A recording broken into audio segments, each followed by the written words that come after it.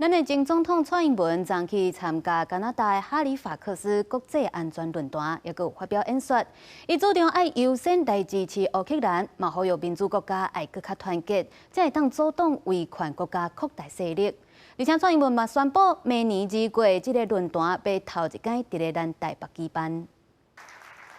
出席第16届哈利法克斯国际安全论坛，前总统蔡英文一个上台，大家都拢徛起来拍扑欢迎。以马坎公共服务领袖奖的得主身份发表专题演讲。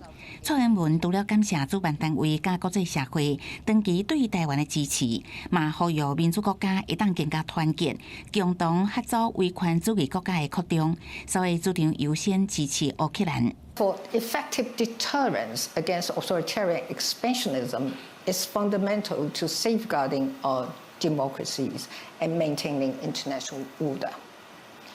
That is why our continued support for Ukraine. 论坛内拢是民主国家的政要甲军事领袖，共同讨论安全合作。 蔡英文表示，即马当是超级选举年，全球72个国家，将近世界一半人口，当地票选出因的领袖。国际社会面临真侪无确定因素，台湾嘛当面临军事威胁、资讯操控加认知作战，所以对国防的投资达到历史的新高。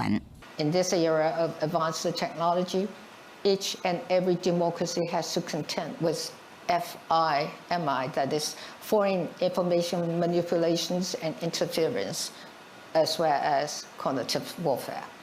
中国自加拿大使馆伫官网回应，中方伫台湾问题的立场拢是同款的够明确，坚定反对任何台独分子以任何名义投放中国的建交国，佮敦促主办单位停止向台独分裂势力发出错误信号。不过蔡英文伫演讲的最后，嘛宣布明年2月论坛头一届会伫台北举行。记者综合报道。